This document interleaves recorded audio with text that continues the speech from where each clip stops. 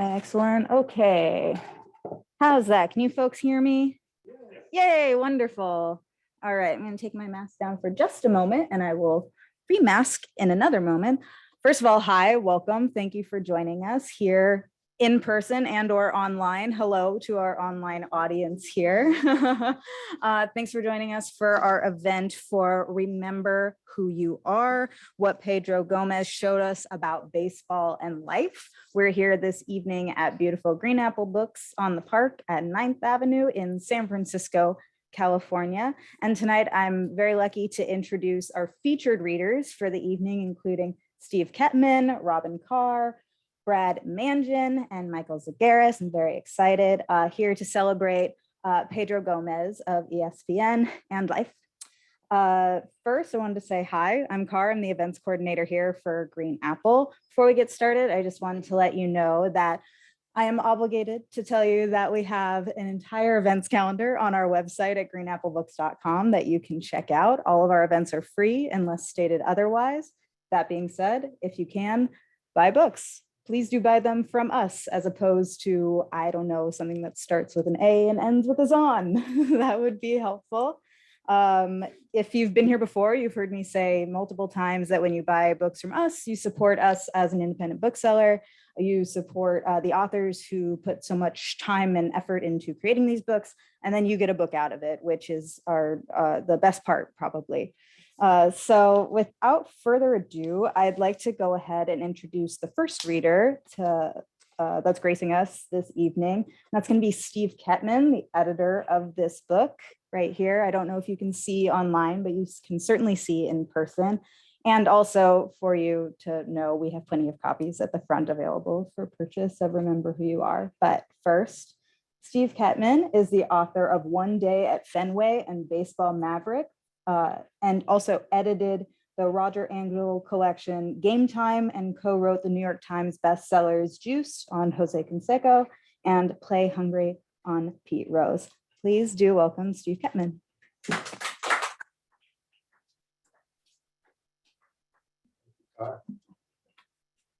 Thank you, Carr. Thank you. I'll just go ahead and dive in and read from the introduction. If I can figure out where to hold the book.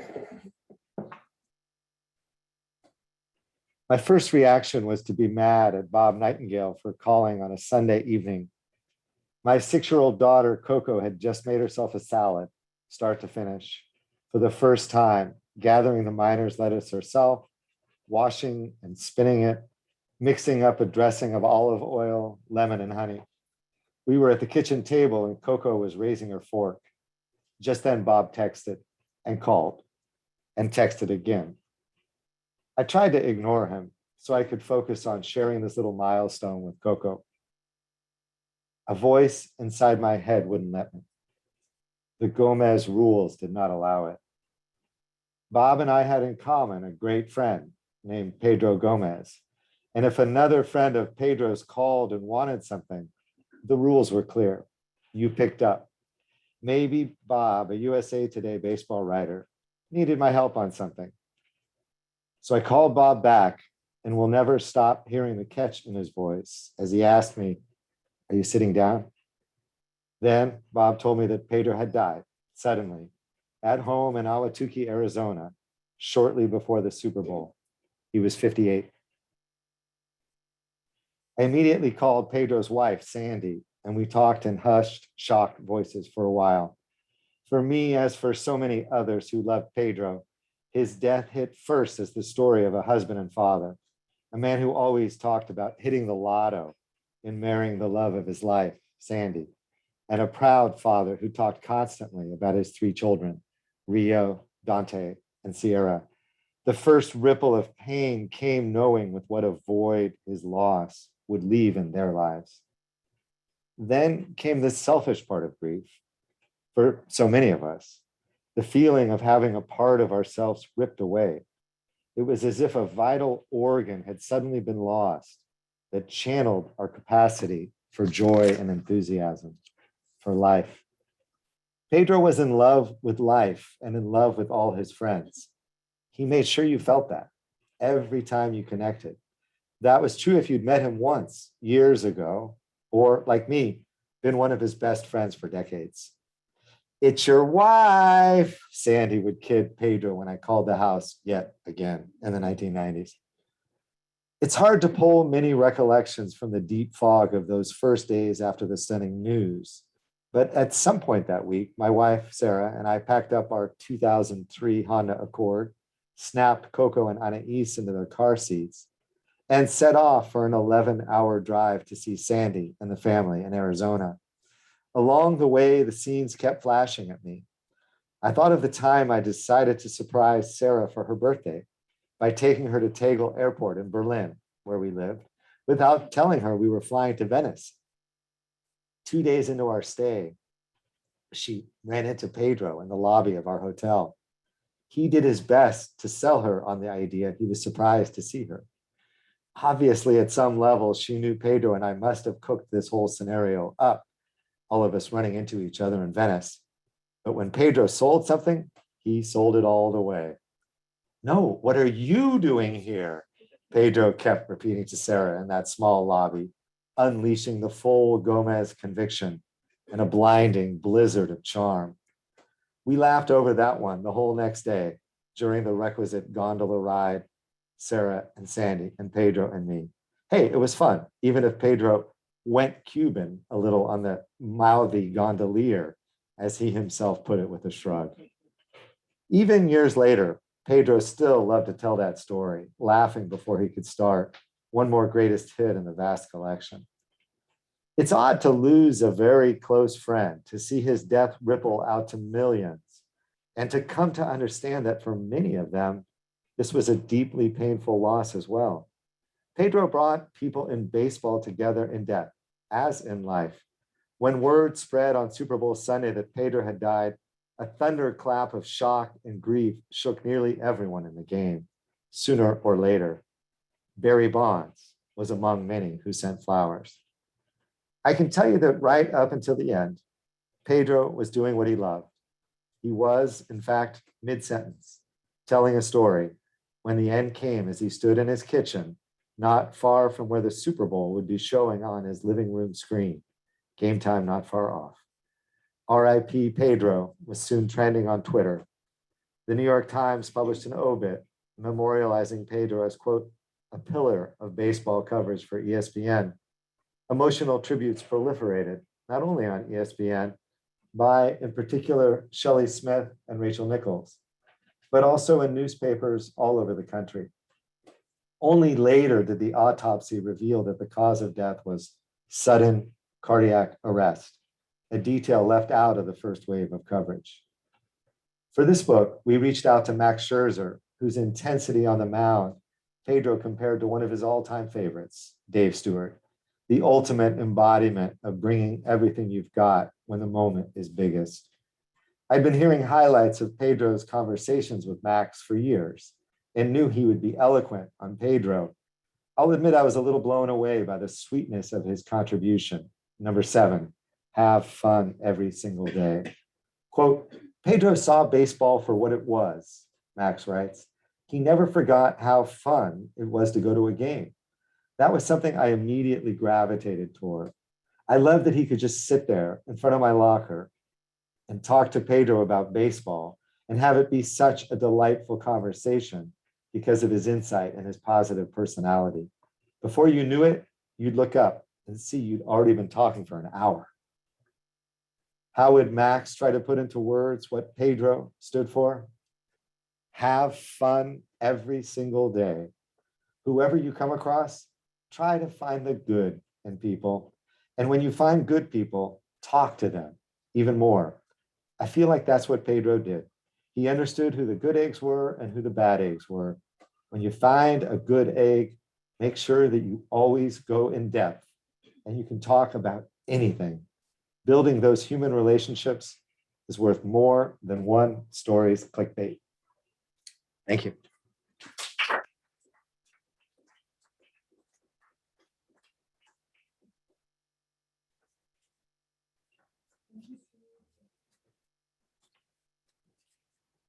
To emphasize, in case I don't later. This is a very special event, and I'm really glad that you chose Green Apple to let us host it. So thank you. Thank you. Next, I'd like to introduce our next reader, Robin Carr. Robin is a senior PR counselor at Landis Communications in San Francisco. Previously, she worked for the San Francisco Giants, Nike, EA Sports, and Gap Inc. Please welcome Robin Carr.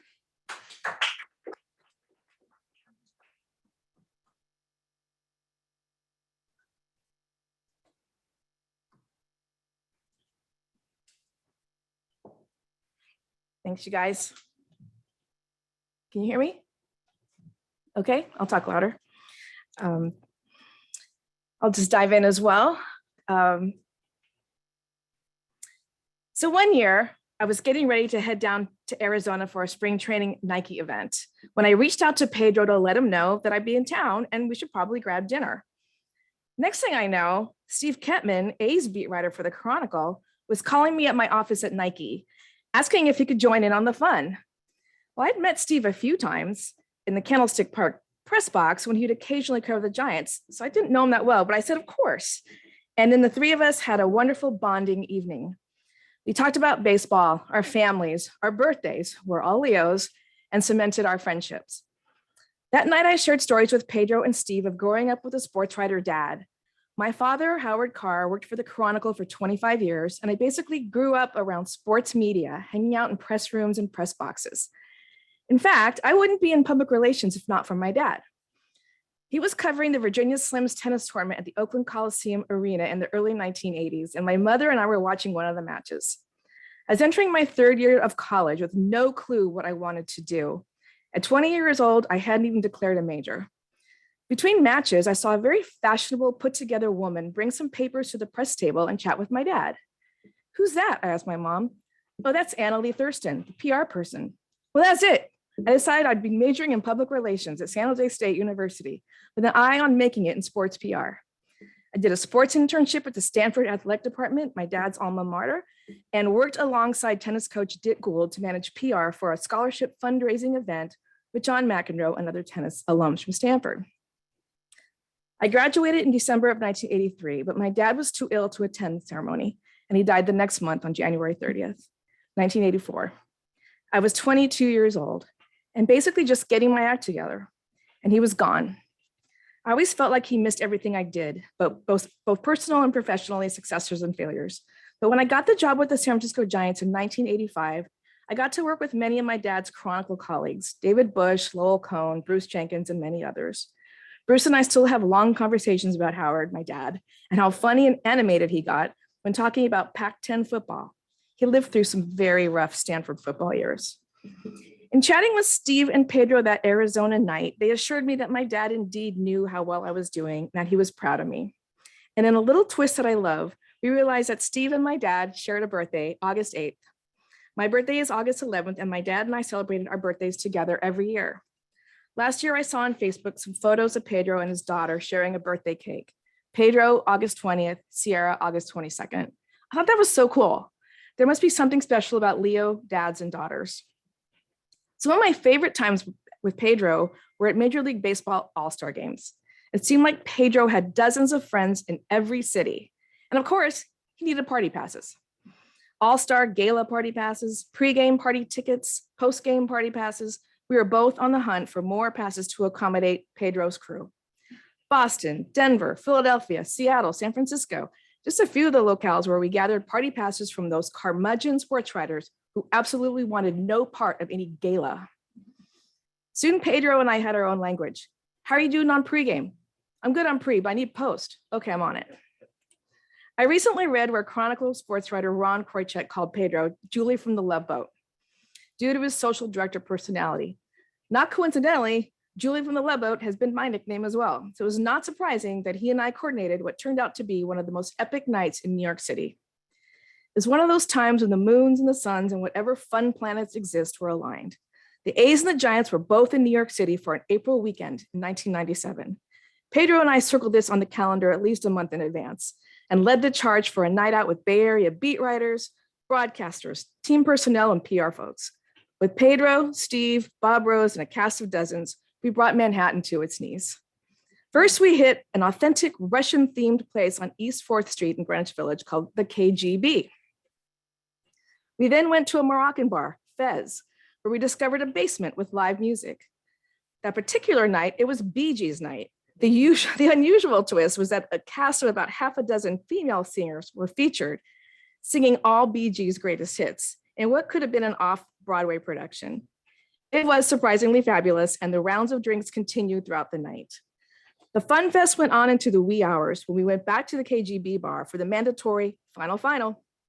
We started playing classic Russian opera while we polished off our final drinks. And then daylight was emerging. I barely made it to the 3 p.m. Broadway matinee of Once Upon a Mattress with Sarah Jessica Parker the next day. I know that Pedro and Steve try to live by a code called the KGB for Kettmann, Ed Badix, and Gomez. But from that April evening forward, whenever I ran into Pedro on the road or in the Bay Area, the first words out of his mouth were always, "Hey, RC, remember KGB?" All of us who were there will never forget that night and will always remember Pedro Gomez.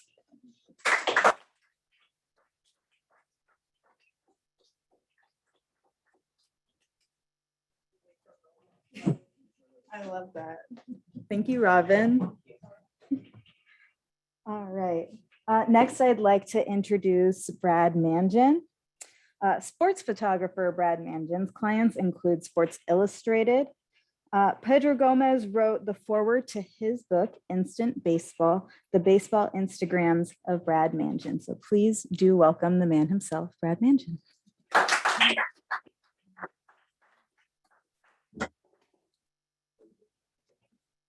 Thanks everyone for coming, and it's really an honor to be here, to be able to read from this amazing book. In 2012, I fell in love with my iPhone 4S. The first day of spring training in Scottsdale, I began shooting pictures and turning them into Instagram posts. By the time the Giants won the World Series in Detroit, I had a set of pictures that would become a book entitled Instant Baseball, the baseball Instagrams of Brad Mangin. The first person I turned to for a foreword, Pedro. It was such a thrill having Pedro involved with this project. He was so supportive of the book and everything I was doing. After he saw an early copy of the book in March of 2013, he texted me, "Man, I'm not sure you're even going to take my calls in the near future. I used to know Brad Mangin." Right around this time, I got a call late at night from Pedro. It was loud on the other end and I could barely hear him. All I could make out was Pedro screaming, "Brad!" He was in New York at Elaine's, an epic establishment. It was 1 a.m. in New York, and he was hanging out with my old boss and friend, the legendary photographer Neil Leifer.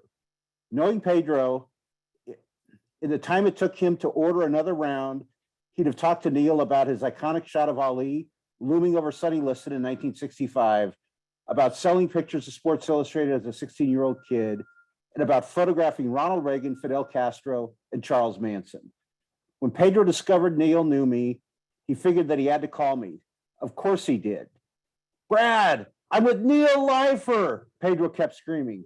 It was hysterical. Knowing Pedro and Neil were thinking about me at Elaine's meant everything to me.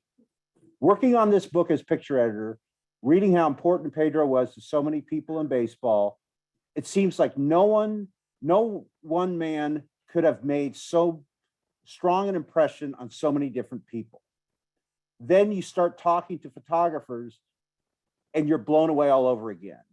He was a genuine soul who I treasured, said my friend Elsa Garrison, who has covered big time sports all over the world for Getty Images for more than 20 years.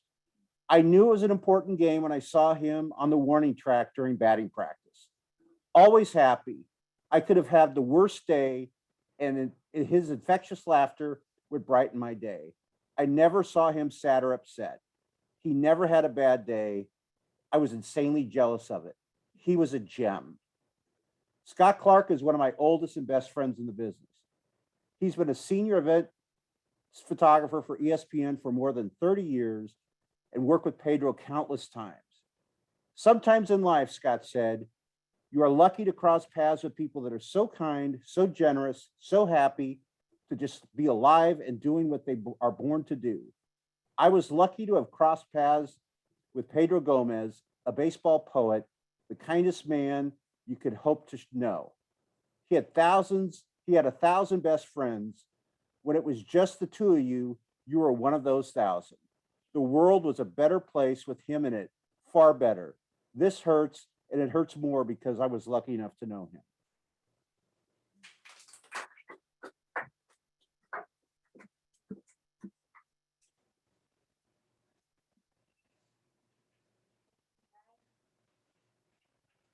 Okay. Last but certainly not least, I'm going to introduce our final reader for the evening. Michael Zagaris has been team photographer for the San Francisco 49ers since 1973 and for the Oakland A's since 1981. He made his name shooting rock and roll photos in the 1970s. Please do welcome Michael Zagaris.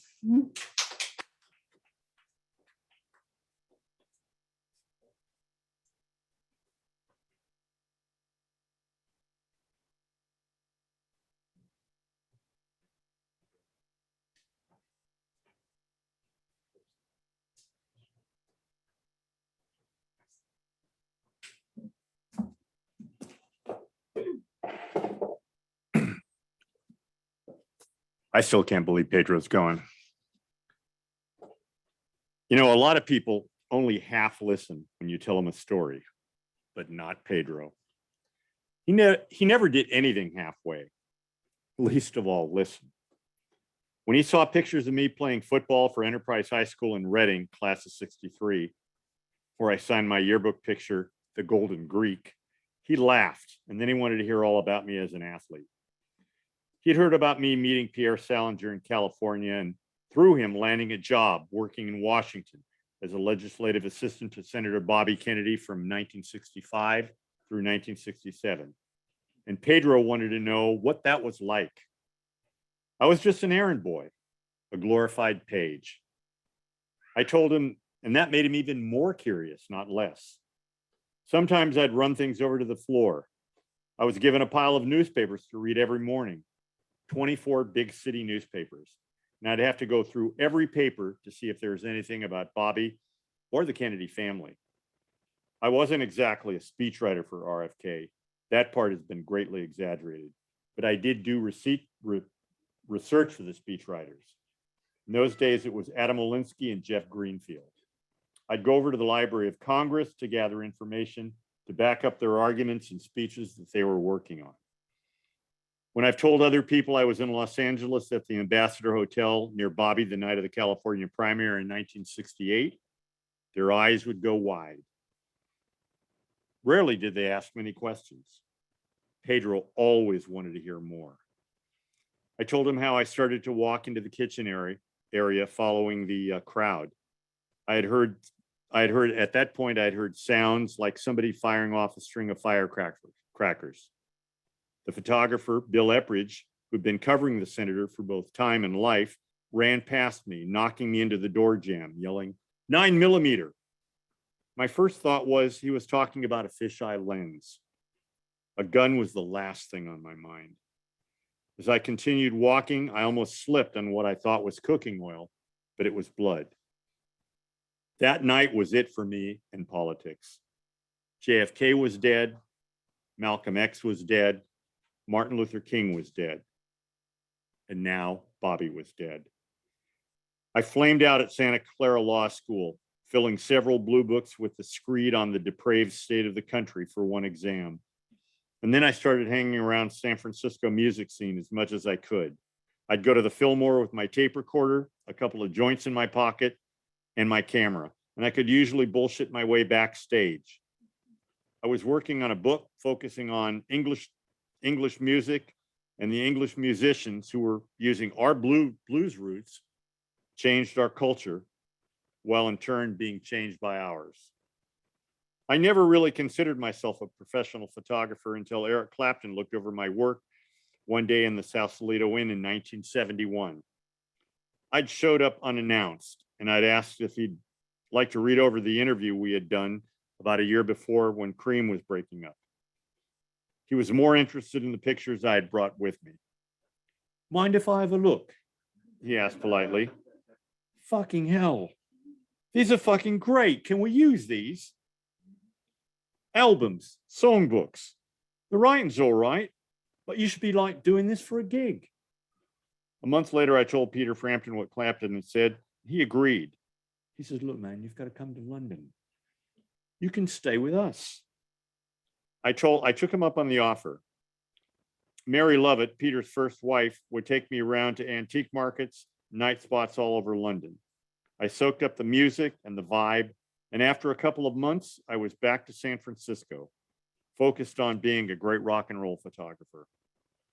I caught the Stones on their US tour in 1969, and though they thought they were at their zenith then, and then came Exile on Main Street.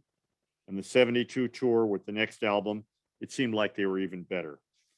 I decided I had to cover that tour, be on that tour. I was just starting out as a photographer, but I thought at that point in time I was hot shit, as you can only think when you're young and starting out and really don't know. I was always looking at fashion magazines for photo ideas, and I had a copy of English Vogue. I saw that Leo Lerman was the photo editor, which gave me the idea to call Joe Bergman, an assistant to Mick and the band, and pretend to be Lerman. It took me about a week to get a hold of her after I went through 2 or 3 different people. I finally got her on the line, and I became Leo Lerman, right down to the plummy British accent. Right. Hello, Joe. Leo Lerman here. Vogue magazine in London. I started off. So, listen, we'd love to do a story on the lads on this tour, and we've got this great new photographer, Michael Zagaris. We're assigning him. It's going to be mainly photo driven, but we'll have some text. Listen, Leo, thank you. We already have a photographer. It's Ethan Russell. Anything you need for the story, we'd be glad to make available for you, but we're not adding anybody at this time. Right. Well, sorry, love. We really can't take handouts now, can we? Maybe next tour we can work something out, but thanks for your time. Wait a minute. What's this guy's name again?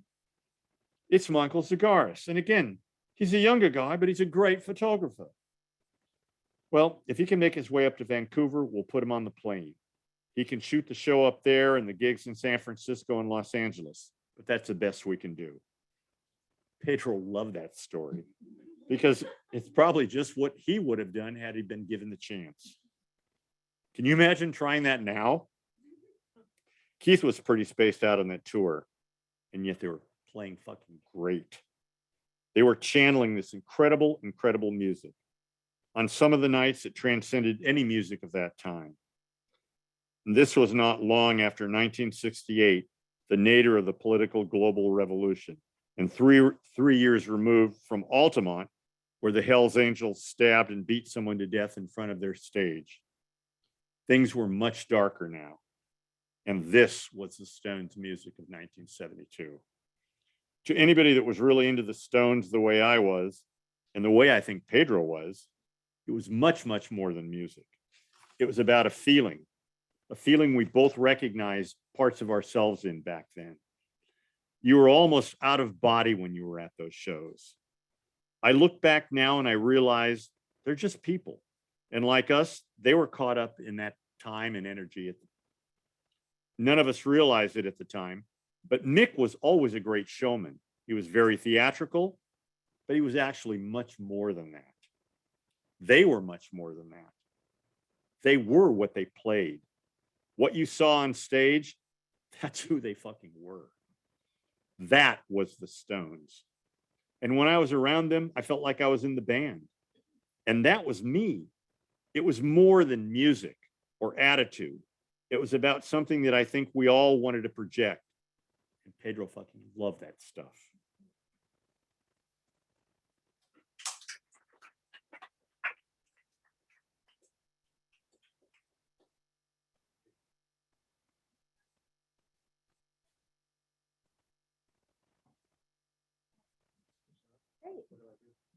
I have 4 stools up here for you if you want to take a look here. Thank you one more time for Michael Zagaris.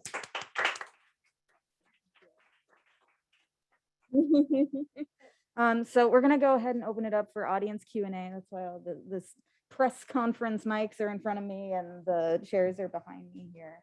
So please folks, also don't feel obligated to sit on a chair if you would prefer to stand. You are welcome to do whatever you would like.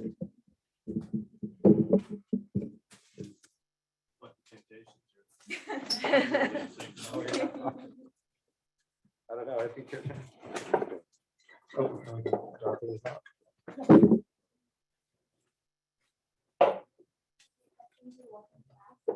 I have a question. Okay, Yeah, to the young man in the back row. yeah, not so young. But it's 8 months on now, 9 months on. What is doing these readings? What is this book meant for you guys now? What does it continue to mean for you in terms of recognizing and remembering? Well, I would love to hear everyone touch on that one, but I'll start by saying that it's kind of amazing because, especially Brad and I, but everyone involved with the project worked so hard on it that it was as though time compressed, the physics of time. And we packed about 2 years of work into a short period of time, a few months. And then after the book was actually out there, we went through the first round of stuff. That all felt like a long, long time too. So now here it is, 7 months later, eight, who's counting? 9 months, yeah. And just today, there's been a round of things where Pedro's wife, Sandy, just texted me last night, something that she had not texted before, talking about how she reads just a little bit of the book every night or every day, because that's all she can do. And she was talking about how over time, it's kind of slowly opening up for her, and how much that means to her, and thanking everyone who was involved with the project. And then today, TJ Quinn, another ESPN journalist who is a contributor to the book, he texted me about a friend of his writing, talking about how there hasn't been an essay in the book yet that hasn't, brought tears to her eyes. And made her feel, that Pedro Gomez was a special guy who she wished she had met, but much more than that, about what it means, about what qualities of his, inspired the kind of reaction that they did in people, and just made so many great moments, and then that in turn led to others. So it's kind of this thing where you step away from it and you think that you're moving on past it. I was on the phone today with Cooperstown. I literally got a call from Cooperstown, the new president of the Baseball Hall of Fame, who's read the whole book. And he said, everybody here thinks that what you did with this book is amazing. And it means so much to all of us. And we're going to try to carry it in the store at the Hall of Fame and do some events. So it was done in a hurry, which meant that you couldn't do some things that you could have done if it was on a less compressed timetable. But on the other hand, the individual reactions to it have been tremendous. And so you pick it back up and it all feels very present. It feels very timeless to me. I don't know what order to go. Would you like to go next, Michael? Sure. It's funny that you see, they did do this book, and it was Steve and Brad at warp speed. And they did it so fast. I think that actually added to everything in the book. And, I'd like to equate that with Led Zeppelin's first album. They recorded that in 6.5 days. The Beatles, I think it was 1.5 years for, their masterpiece. This book was amazing. And the fact that there were so many people that were touched by Pedro and his life, everyone came together. I mean, you've got baseball managers and GMs that contributed to this book at the beginning of spring training when you have no time to do anything. And they were all right there. A couple with some heavy prodding from you. The other thing to me is 8 months. I don't think about Pedro every single day, but there'll be incidences and times where I'll almost look for him and then think, oh yeah, he's gone. And, that's really the measure of someone's life, is how they impacted everyone around them, and how you're constantly, things come up and you remember, Pedro would have done this, or Pedro would have loved this. You know, that's going to be his legacy, that and his family, his children. And we were all, not just all of us, and not just the people in the book. I think anyone that ever came in contact with him, he lit up your life. He was a special person. Yeah. And there aren't that many people around like that. So we were all fortunate to really have him in our lives. Brett? God, it's so hard to, it's like after working on the book for so long and then it came out and then it was like, we were so like, didn't know what to say. It was just like, you couldn't, we were so wrapped up into it. And then it like came out and we couldn't believe that it actually like came out and wasn't like a mess or whatever. And it actually worked. It was a big relief. We were thrilled. The people liked it, thrilled that the family liked it. And to me, the big thing is after being, all of us have been around the game and sports and other sports media type people for many, many, many years. And after all of the bullshit, the games don't matter. All the bullshit doesn't matter. It's just all about the people. And there's a lot of not so good people in the game and around things, but there are some amazing people that you meet. And that was Pedro. And that's, you know, when you're at spring training or Robin talked about, you know, the all-star games, you know, it's, you know, who cares about the game or whatever? It's, you know, the gala, hanging out, drinking with your buddies and spring training. It's where are we going to dinner? You know, where's dinner tonight? You know, where's dinner tomorrow night? Where's dinner? You know, no one cares about the game in Mesa tomorrow.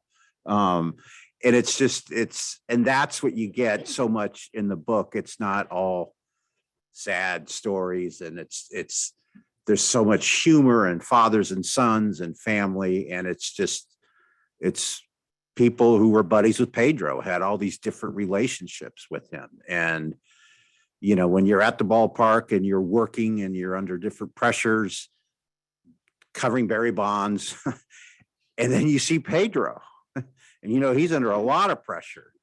And he just could give you a look and roll his eyes or whatever, and make you smile. And you know, those, you really miss it when people like him are not around, and you don't get to see him again.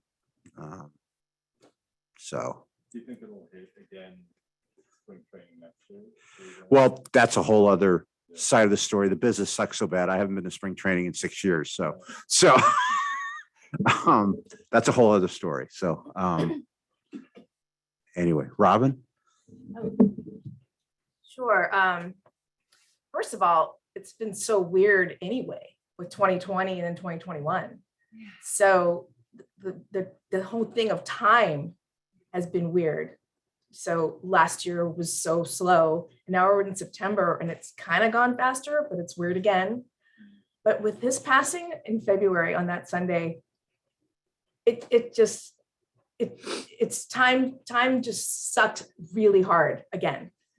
And it's still a thing when we worked on the book with all of you guys. And, you know, we're looking forward to the launch of the book. A couple things. The fun part for me was the launch at Perry's. It was the night of the All-Star Gala. So I thought that was appropriate. That somewhere Pedro's going off our book event and at the All-Star Gala instead. I just miss the contact. I haven't been in sports in a long time, but we were still such good friends. My husband and I had this running joke with Pedro. I'll end on this because the Christmas card story that Jeremy Schaap talks about. And the Christmas cards with my husband and myself and Pedro and his family became a little competitive. And my husband especially took this really hard as far as the Christmas cards. So we would get our Christmas cards ready in October and have them mailed before Thanksgiving. So your first card is from us. And then you would always get a note from Pedro on his card, you're first again. And this is weird this year. My husband doesn't care about being first because Pedro's gone. Yeah. So peace out.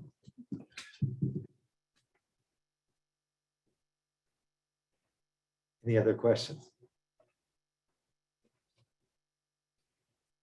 Do you have any Was it anybody who didn't That's give it. him some trouble? Did you get any negative knowledge about Well- anything you've done that upset somebody? Because you seem very safe. I know, I usually offer the caveat that he was not a saint. We're not in any way attempting to portray him as a saint. And he definitely had his enemies. One of my number one challenge editing the collection was reducing the number of references to Kurt Schilling. You know, and it is a great story where shortly after 9/11, when baseball came back, it was such a big deal. George W. Bush, there weren't a lot of things he did that I cheered on, but I cheered on when he actually threw a good first ball out at Yankee Stadium, opening the World Series in 2001. Ended up being a great series that went 7 games. And I was there in Arizona the day before Game 7. Pedro comes back to his house. I was staying with him and said, he called me coach. You know, it was his coach to read his writing. Had me read his column for the next day, where he just tore the paint off of Schilling. And it wasn't personal vitriol. It was all about how Schilling was trying to, you know, bullshit his way to claiming he was hurt when he wasn't, to give himself an out. Pedro hated that, especially when it was throwing someone else under the bus. So Pedro had me read this column where he just obliterated Schilling. And I didn't think he should go with it. And neither did Sandy, Pedro's wife. But he did. And that was, you know, to this day, baseball writers all know about that column. It was a huge deal. And the next morning, it was like an earthquake. There wasn't social media then, but still everyone knew about it. And Pedro walks out onto the field, because again, that's one of the KGB rules. You rip someone, you know, he was going to be there anyway, but he made an extra point of coming down out of the press box, walking across the field once and walking back. And one of the players, the Diamondback players, came out and in front of everybody shook his hand. So that's a great story about courageous journalism. But tell you, Kurt Schilling never was a fan of Pedro. Barry Bonds is a more interesting case where the 2.5 years that Pedro covered Barry full time for ESPN, there was a lot of banter back and forth, like, you lying, Pedro. Gomez. All this stuff. But as I mentioned in my introduction, when I was down in Arizona, there the flowers were from Barry. And everything I know about Barry, which is a fair amount, Barry's not a guy who has his team of lackeys doing stuff for him. If those flowers were sent, that was Barry Bonds doing that himself. Yeah. And it says a lot. Scott Boras, super agent, who also has an essay in the book, talked a lot about how much he believed Barry always respected Pedro. So even some enemies respected him. Buck Showalter is an interesting case where Pedro also obliterated Buck in a column, again, through reporting, through having the best sources around, having players tell him things that they wouldn't tell anyone else. But it was all about Showalter being a complete control freak. I mean, he would arrive 6 hours before the game and, dictate absolutely everything the players did. And they revolted. And Buck, to his tremendous credit, learned from that. It took a few years before, I would ask Pedro about it every 6 months or so. It took a few years, but in the end, Buck completely forgave him all that and learned from it and became a better manager for it. So I think that that's a reason why Pedro tended not to have enemies. I know of no enemies he had in sports writing, but because he was always generous and he was always looking for something that would be good for you. There's a lot of stories like that in the book where like Keith Olbermann, who ends the essay collection with his every friend is a best friend, or all friends are best friends. He tells the story in there. They could be colleagues at ESPN, they could be competitors, they could be whatever, never mattered. Pedro would text him or email all little bits and pieces or big stuff that could be a scoop all the time, because that's just what Pedro did. He had something, he knew it would be right for Olbermann, but wasn't right for him. He just handed it out. He knew he was generous and he was secure because he knew, being just talking to people and remembering everything about them, their families, what they cared about, came so naturally to him, like it does to a great natural politician, that he knew he was never lacking for material. He never had a problem of what am I going to write about. And he and I were on the beat as competitors at the beginning. He was less confident in his writing and he was in his reporting and on air.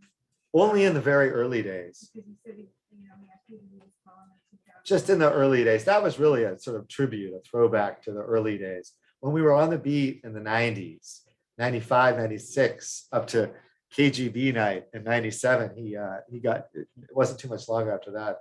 But in those years, we both had the great mentor, Ed Badix. We were both developing as writers. So it was something that we went through together. But I would say later on, he actually, I think the last time I talked to him, we talked about a story where AJ Hinch, who has, I think, a wonderful essay in the book, talking about after he, in Houston, when he went from managing in the World Series to being at the heart of a scandal over sign stealing, even if his role was a little weird, right? But he was always very close to Pedro. Pedro gave him great advice then about how to handle it, really as a friend. And both he and Ron Washington in the book tell stories about that. But then to continue the story, when AJ was coming back to the Red Wings to manage, and he's had an interesting Tigers. season. I mean, the Red Wings. Thank you. Little old hockey writer somehow revert. But when he was coming back to the Tigers, obviously Pedro wanted the interview, and I can tell this story where AJ ended up giving it to Verducci and mentioning that he could also write an article. And Pedro said to AJ, "Well, I'm a writer too."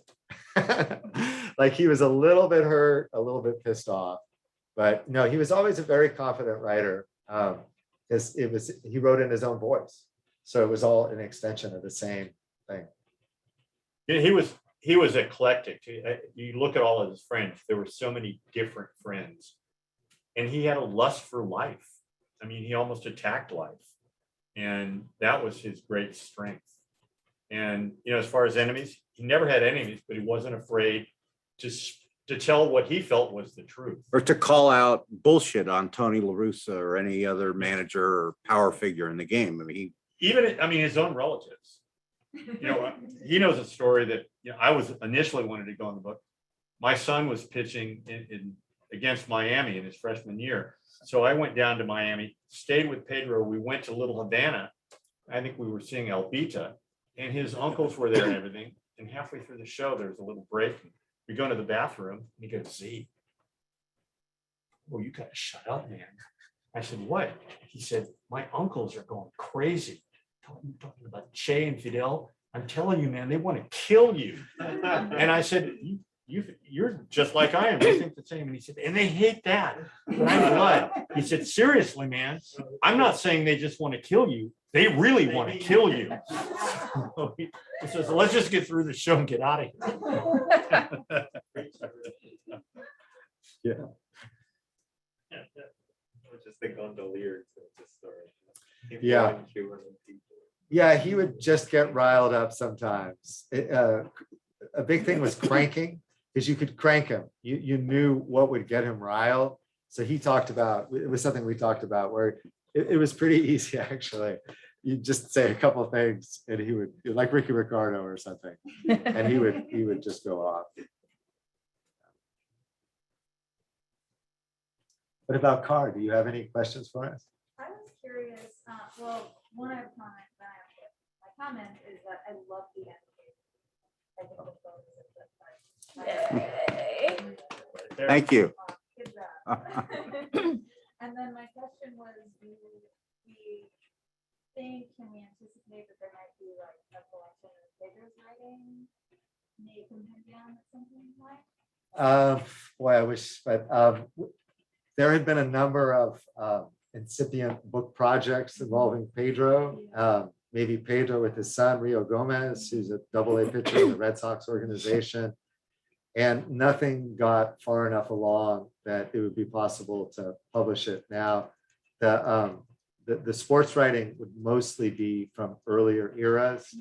And I mean, it's really good, but it's hard to put together a whole book of that. I was thrilled. Pedro and I were in Cuba together in '99, right? '99, when the Orioles played the Cuban national team. And it was pretty amazing. Pedro was conceived in Havana. And when his mother was 8 months pregnant, they disguised her stomach and she left for Miami. So Pedro's first time back in Cuba, not counting the 8 months in utero, was then. And he went back to, do we address this today? He went back to the address that his parents gave him, where they had lived, and the neighbors recognized Pedro, 30 years later or whatever it was. And his upstairs neighbor had been someone the family always talked about as a, fidelista, who berated them for leaving the revolution. And Pedro met the guy and found out that actually he made a lot of sense and he was pretty cool. And it was that whole trip. I mean, Pedro and I were in the, going into the neighborhoods, playing stickball with kids. And we went not only to that game, the national team against the Orioles, but the night before we went to the Cuban national team where they had the brake pans going the whole time and everything. It was just like Carnival or something. And it was an amazing, throbbing with energy the whole time. And it made you understand the Latin game so much better, like seeing a soccer game in Brazil, that kind of thing. And so Pedro was so moved by all that he ended up writing. He wasn't ESPN at that time. He was an Arizona Republic reporter. He ended up writing an open letter to Bill Clinton, calling on him to end the economic embargo of Cuba, which, back to Michael Zagaris' story, for the Miami Cuban community, including many of Pedro's relatives, that was extremely inflammatory. And he knew he would take a lot of heat for it, but he published that. And we were able to include that in the collection. So very, very proud to get that.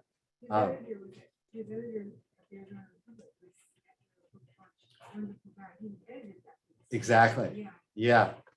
So Pedro had me in the room doing a first edit, and then John in Phoenix doing the other. So I love this suggestion, and I will certainly think about it if there's a way to include any of Pedro's writing. Oh, I should tell you, Pedro is co-authoring a book. He and I have a book coming out called The Manager from Grove Atlantic, which published my last book on Sandy Alderson, which will probably be out in 23. It's not coming out in 22, but that will be by Pedro Gomez and Steve Kettmann.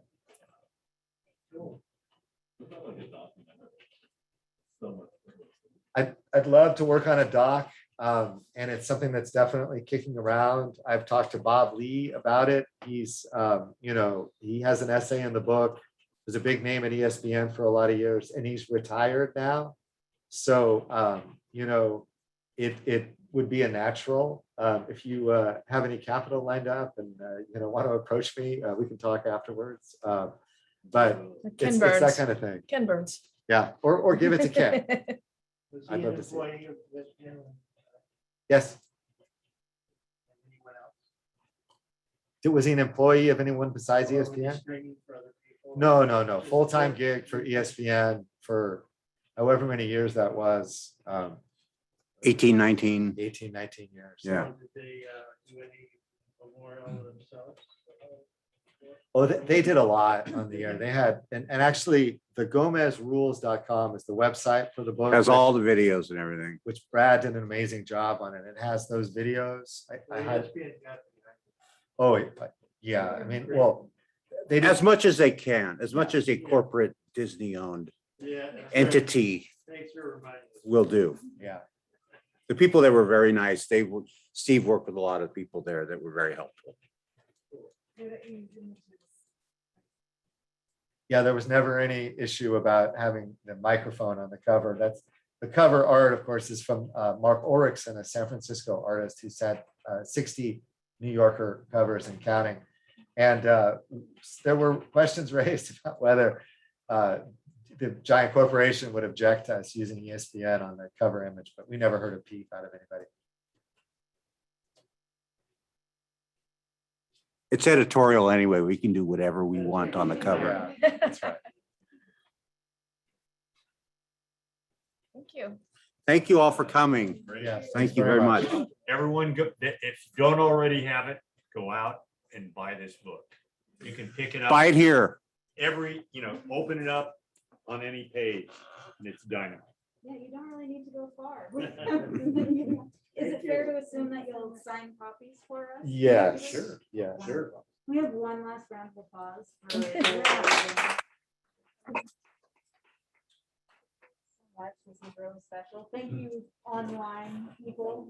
Appreciate you joining us from the internet, wherever you are. This is really special. Thank you for bringing Pedro into the room. It was very, very cool. Thank you. And yeah, thank you all for joining us. Yay. Oh, yeah, of course. Everyone loves. Green Apple rules. Yes. Well, Pedro. Gomez. No red rules.